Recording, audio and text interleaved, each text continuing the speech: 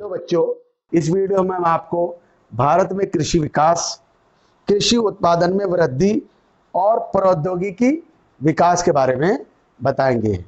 खेती भारतीय अर्थव्यवस्था का महत्वपूर्ण अंग है।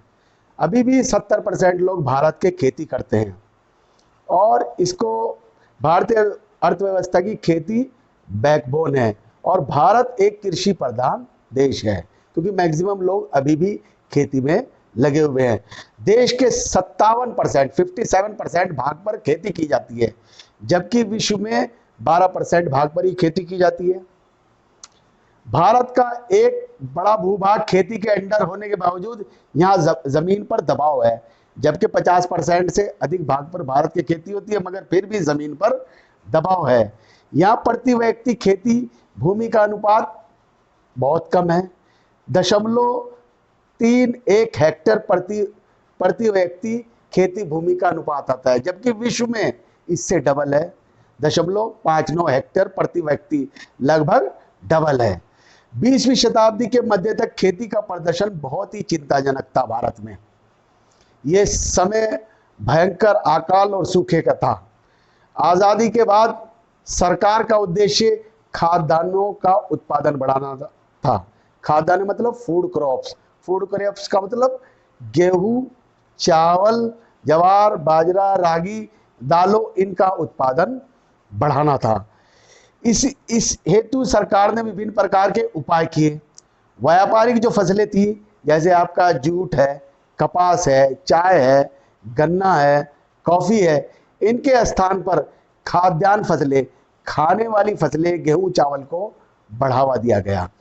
कृषि की गहनता की गई। एक साल में कई कई फसलें उगाना शुरू की गई। और जो कृषि योग्य बंजर भूमि थी, जो ऐसी जमीन पड़ी थी जो वेस्ट लैंड पड़ा था, और प्रति भूमि जो जमीन का इस्तेमाल नहीं किया जा रहा था, उसको भी बदलना शुरू कर दिया और उसको भी खेती में इस्तेमाल करना शुरू कर दिया।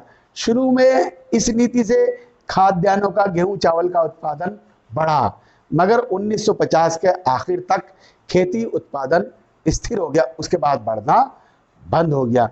1960 के मध्य से लगातार अकाल पड़ने लग गए। 2 अकाल ऐसे पड़े कि देश में खाने की समस्या पैदा होने लगी। उसके बाद के खेती के विकास के लिए सरकार ने सोचा और उसके लिए 3 उपायों पर बल दिया गया। वो 3 उपाय क्या हैं? अधिक उत्पादन करने वाले बीजों का उपयोग, कृषि जलवायु नियोजन और उदारीकरण नीति तथा उन्मुक्त बाजार व्यवस्था, अर्थव्यवस्था, इन तीनों पर जोर दिया। तो सबसे पहले अधिक उत्पादन करने वाले बीजों का उपयोग। 1960 ईस्वी के दशक में खेती की तरक्की के लिए सरकार ने मैक्सिको से गेहूं मंगाया और फिलीपींस से चावल, क्योंकि ये अच्छी उपज देने वाली किस्में की खेती शुरू कर गई। क्योंकि मैक्सिको का गेहूं और फिलीपींस का चावल ये बहुत ही मशहूर थे और इससे उत्पादन बढ़ सकता था, इसीलिए सरकार ने भारत में 1960 में इसे मंगाया। और जिससे पश्चिमी उत्तर प्रदेश, पंजाब, हरियाणा, आंध्र प्रदेश और गुजरात के काफी सिंचाई सुविधा रखने वाले क्षेत्रों में खाद्यान्नों में बहुत बढ़ोतरी हो गई। इन दोनों बीज के कारण, मैक्सिकन गेहूं और फिलीपींस के चावल आने के कारण खाद्यान्न पदार्थों में बहुत बढ़ोतरी हो गई, जिसे भारत में हरित क्रांति और ग्रीन रिवॉल्यूशन भी कहते हैं। यह ग्रीन रिवॉल्यूशन 1964 में शुरू हो गया और इसकी वजह से गेहूं, चावल में बहुत वृद्धि हुई। तो ग्रीन रिवॉल्यूशन क्या था? नई टेक्नोलॉजी तथा जहां बारिश के पानी से खेती ना हो पाए, क्योंकि पानी की कमी के कारण खेती बर्बाद हो जाती थी, तो सिंचाई द्वारा आपका कुओं से, तालाबों से, नदियों से पानी देकर उसके उत्पादन को बढ़ाना और कीटनाशक दवाइयों का उपयोग करना और नए नए यंत्रों का उपयोग करना, ये सभी आपका ग्रीन रिवॉल्यूशन और आपका हरित क्रांति में आता है। इसकी वजह से भारत में उत्पादन बहुत बढ़ गया और हरित क्रांति की वजह से देश में गेहूं, चावल की पैदावार ज्यादा बढ़ गई और भारत देश आत्मनिर्भर हो गया। अब उसे किसी देश की जरूरत नहीं थी कि गेहूं चावल वो दूसरे देश से मंगाए। ये नई टेक्नोलॉजी की वजह से हुआ। उसके बाद कृषि जलवायु नियोजन, 1980 के दशक में भारतीय योजना आयोग ने बारिश आधारित क्षेत्रों की खेती समस्याओं पर ध्यान दिया। उन्होंने इन क्षेत्रों की समस्याओं पर ध्यान दिया गया जहां पर बारिश पर आधारित खेती होती थी। साथ ही आयोग ने 1988 में कृषि विकास में प्रादेशिक संतुलन को बराबर करने हेतु कृषि जलवायु नियोजन शुरू किया गया, क्योंकि पूरे प्रदेश में देखा गया कि कुछ क्षेत्रों में तो उत्पादन बढ़ गया मगर कुछ क्षेत्रों में उत्पादन नहीं बढ़ाया। तो इसी वजह से बैलेंस बनाने के लिए पूरे प्रदेश में बराबर से उत्पादन करने के लिए कृषि जलवायु नियोजन शुरू किया गया। इस कोशिश से खेती बढ़ गई, पशुपालन बढ़ गया और जल कृषि के विकास हेतु संसाधनों के विकास को बल मिला। इससे बहुत ज्यादा तरक्की हो गई। उसके बाद आपका आता है उदारीकरण नीति और उन्मुक्त बाजार अर्थव्यवस्था। ये तीसरा पॉइंट है। 1960, 80 और 90 के दशक में, ये 90 के दशक में है, 90 के दशक में उदारीकरण नीति शुरू हुई तथा उन्मुक्त बाजार अर्थव्यवस्था शुरू हुई। इसमें भारतीय कृषि विकास के योगदान में बड़ा महत्वपूर्ण योगदान दिया।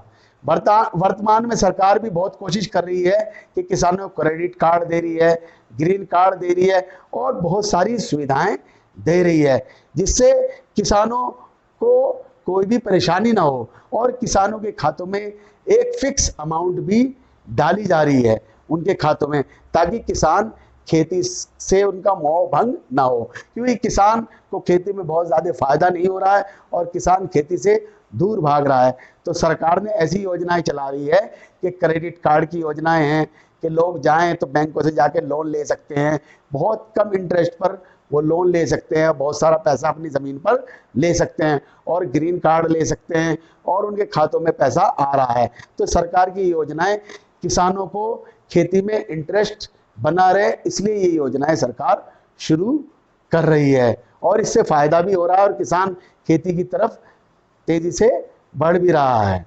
उसके बाद आता है कृषि उत्पादन में वृद्धि और प्रौद्योगिकी विकास। प्रौद्योगिकी मतलब टेक्नोलॉजिकल डेवलपमेंट।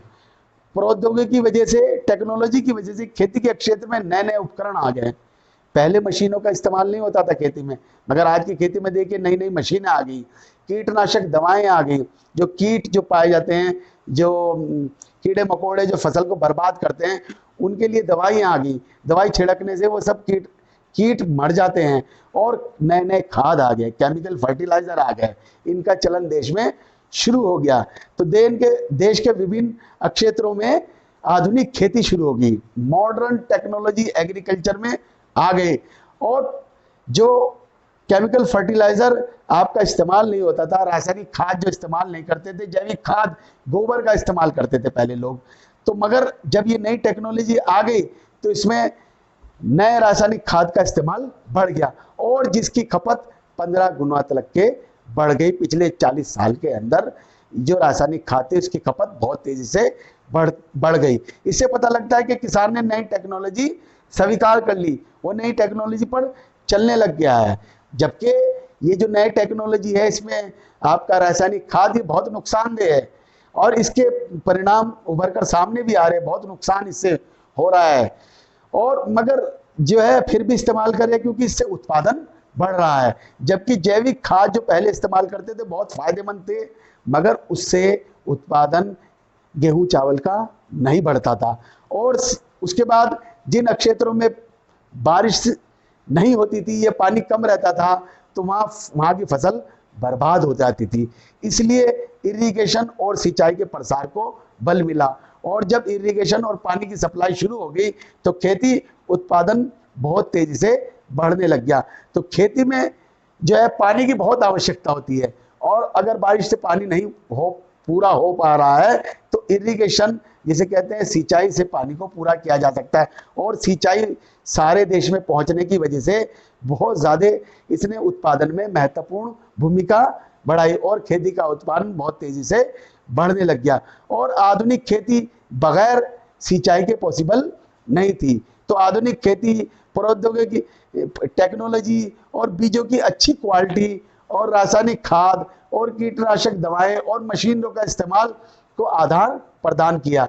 इन सब चीज़ों, अच्छी टेक्नोलॉजी हो गई, मशीनें आ गई, रासायनिक खाद आ गए, अच्छी क्वालिटी के बीज हो गए, इसकी वजह से खेती और टेक्नोलॉजी, ये जो टेक्नोलॉजी खेती में आई, इसने विकास का कारण बन गई और फसलों के उत्पादन में बहुत तेजी से बढ़ोतरी हो गया। तो खेती में आज जो है मॉडर्न टेक्नोलॉजी आने की वजह से आज खेती का उत्पादन जो पर हेक्टेयर में, जो गेहूं चावल बहुत कम पैदावार थी, आज टेक्नोलॉजी, नई टेक्नोलॉजी जिसमें आपका सिंचाई है, अच्छी क्वालिटी का बीज है, कीटनाशक दवाएं हैं, नए नए उपकरण हैं, मशीनें हैं और रासायनिक खाद का उपयोग करके आज उत्पादन कई गुना बढ़ चुका है। और भारत में उत्पादन बढ़ने की वजह से गेहूं चावल में आज भारत एक आत्मनिर्भर देश है और हम अपने जो गेहूं चावल का दूसरे देशों से पहले मंगाते थे वो मंगाना बंद हो गया और भारत जो है तरक्की कर ली है इनकी वजह से।